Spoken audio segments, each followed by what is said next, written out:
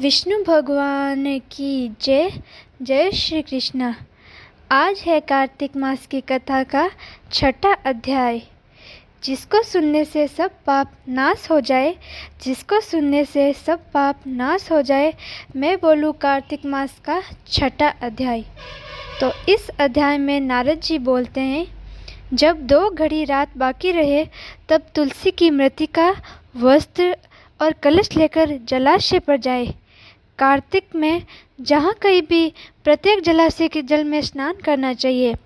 गर्म जल की अपेक्षा ठंडे जल में स्नान करने से 10 गुना पुण्य अधिक होता है। उससे 100 गुना पुण्य बाहरी कुएं के जल में स्नान करने से होता है, और उससे भी अधिक पुण्य बावड़ी में, और बावड़ी से भी अधिक पुण्य पोखर में स्नान करने से होता है, और उससे 10 गुना झरनों में, और उससे भी अधिक पुण्य कार्तिक में नदी में स्नान करने से होता है।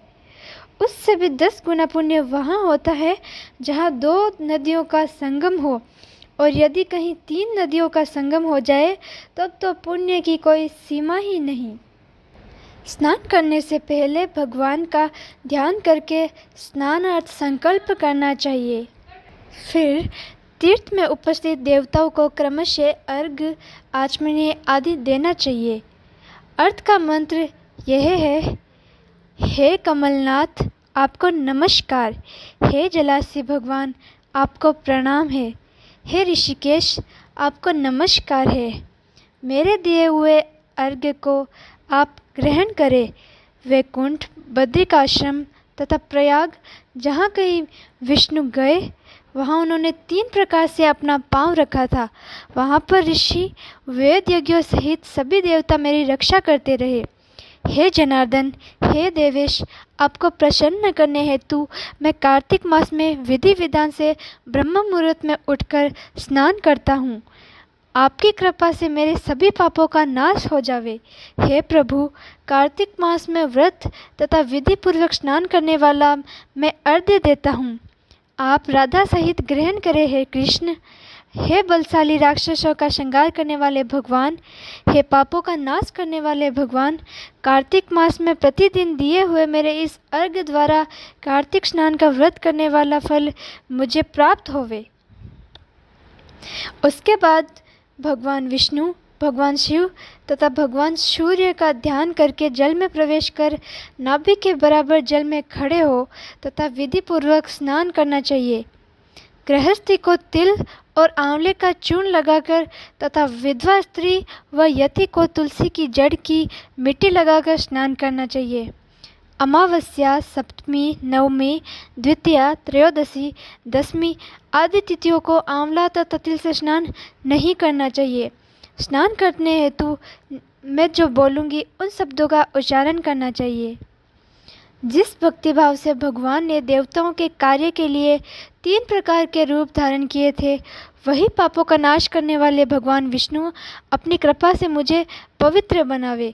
जो मनुष्य भगवान विष्णु की आज्ञा से कार्तिक व्रत करता है, उसकी इंद्र आदि देवता रक्षा करते हैं, इसलिए वह मुझको पवित्र करे।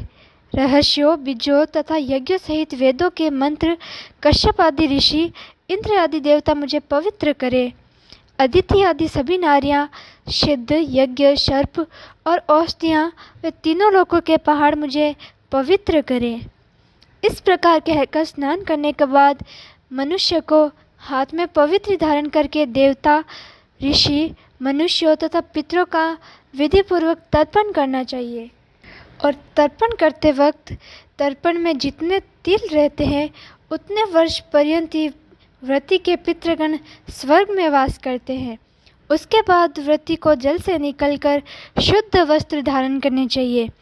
सभी तीर्थों के सारे कार्यों से निवृत्त होकर पुनः भगवान विष्णु भगवान की पूजा करनी चाहिए।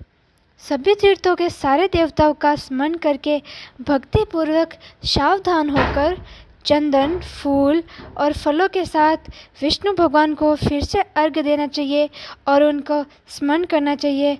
अर्घ्य का मंत्र इस प्रकार है, मैंने पवित्र कार्तिक मास में स्नान किया है। हे विष्णु, राधा के साथ आप मेरे दिए अर्घ्य को ग्रहण करें। तत्पश्चात चंदन, फूल और तांबूल आदि से वेद पाठी ब्राह्मणों का श्रद्धा के साथ पूजन करें और बारंबार नमस्कार करें। ब्राह्मणों के दाएं पांव में तीर्थों का वास होता है, मुंह में वेद और समस्त अंगों में देवताओं का वास होता है। अपने कल्याण की इच्छा रखने वाले मनुष्य को इनका ना तो अपमान करना चाहिए और ना इनका विरोध। फिर एकाग्रचित होकर भगवान विष्णु की प्रिय तुलसी जी की पूजा करनी चाहिए। उनकी परिक्रमा करके उनको प्रणाम करना चाहिए व उनको जल देना चाहिए।